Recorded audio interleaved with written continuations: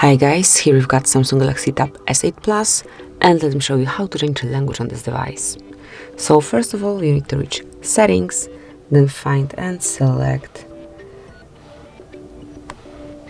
General Management right here, and then click on Language.